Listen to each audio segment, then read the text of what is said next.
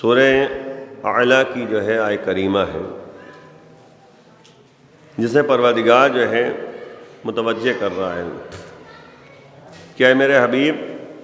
فذکر ان نفعت الذکریٰ، تم یاد دہانی کراؤ، تذکر کرو، ان نفعت الذکریٰ، اگر جو ہے یاد دہانی اور تذکر فائدہ مند ثابت ہو جائے۔ یعنی پروردگار بھی اپنے حبیب سے مخاطب ہو کے متوجہ کر دینا چاہ رہا ہے کہ کچھ ایسے افراد ہیں، یعنی اس جملے سے یہ بات سمجھ میں آتی ہے کہ کچھ ایسے افراد ہیں جو نبی کی بات نہیں مان رہے ہیں، اللہ کی بات نہیں مان رہے ہیں، یاد دہانی ان کے لیے جو ہے کارآمد ثابت نہیں ہو رہی ہے، تذکر ان کے لیے جو ہے متاثر نہیں ہو رہی ہے۔ تو پروردگار کہہ رہا ہے ان نفعت الذکریٰ، اگر جو ہے یعنی یاد دہانی فائدہ مند ثابت ہو جائے تو فذکر، تم جو ہے یاد دہانی کراؤ، تذکر کرو۔ پھر پروردگار کہہ رہا ہے سیذکر من یخشی، پروردگار یہ بھی بتانا چاہ رہا ہے کہ دیکھو کون ایسے افراد ہیں جن کے اندر اس کا اثر ہوتا ہے، کون سے ایسے افراد ہیں جن کے اندر یہ اثر نہیں ہوتا۔ تو پروردگار اس سورہ اعلیٰ میں، وہ سورہ اعلیٰ ہے جس میں پروردگار جو ہے ہمیں طریقے زندگی اور طریقے بندگی بتا، یعنی نبی سے کہہ رہا ہے کہ پروردگار کہہ رہا ہے کہ سیذکر من یخشی، بہت جلدی وہ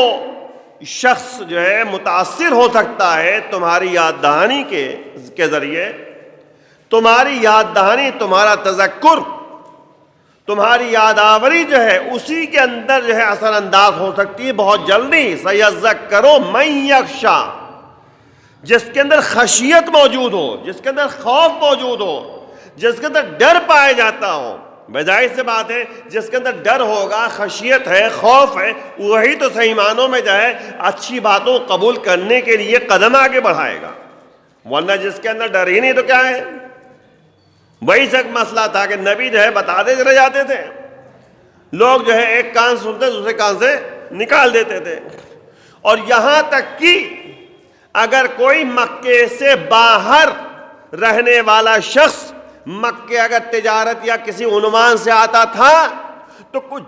ایسے افراد تھے جنہوں نے منتخب کر دیا تھا کچھ افراد کو کہ جیسے ہی مکے میں کوئی داخل ہونے لگے سب سے کہہ دینا کہ نبی کی بات نہ سنیں، محمد کی بات نہ سنیں، اور روئی اپنے ہاتھ میں رکھے رہتے تھے کہ کان میں روئی ڈال لو۔ یعنی آپ دیکھیے ایسے حالات اس زمانے میں تھے کہ خود تو گمراہ تھے، خود تو نبی کی بات نہیں مانتے تھے، اللہ کی بات کا اثر نہیں ہوتا تھا، اور دوسرے افراد کو بھی گمراہ کیا کرتے تھے، پروپیگنڈا کرتے تھے تاکہ نبی کی بات کا اثر کسی کے اندر نہ ہونے پائے۔ یعنی جیسے ہی مکے میں داخل ہوتا تھا کوئی شخص تجارت کے عنوان سے کسی کام سے، تو فوراً جو ہے پہنچ جاتے تھے افراد کہ دیکھو اس کی بات نہ سننا، اور لو روئی لے لو اپنے کان میں ڈال لو تاکہ اس کی بات تمہارے کانوں تک نہ پہنچے۔ یعنی اتنا جو ہے زیادہ اہتمام کرتے تھے یہ لوگ غلط بات کے لیے۔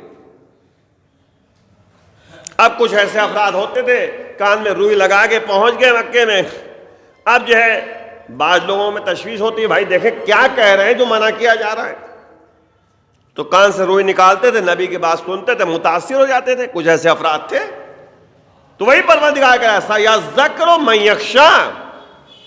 بہت جلدی وہی شخص جو ہے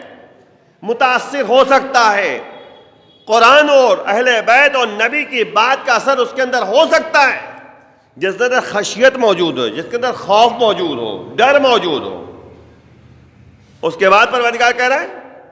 وَيَتَجَنَّبُهَا الْأَشْقَى الَّذِي يَصْلَى النَّارَ الْكُبْرَى،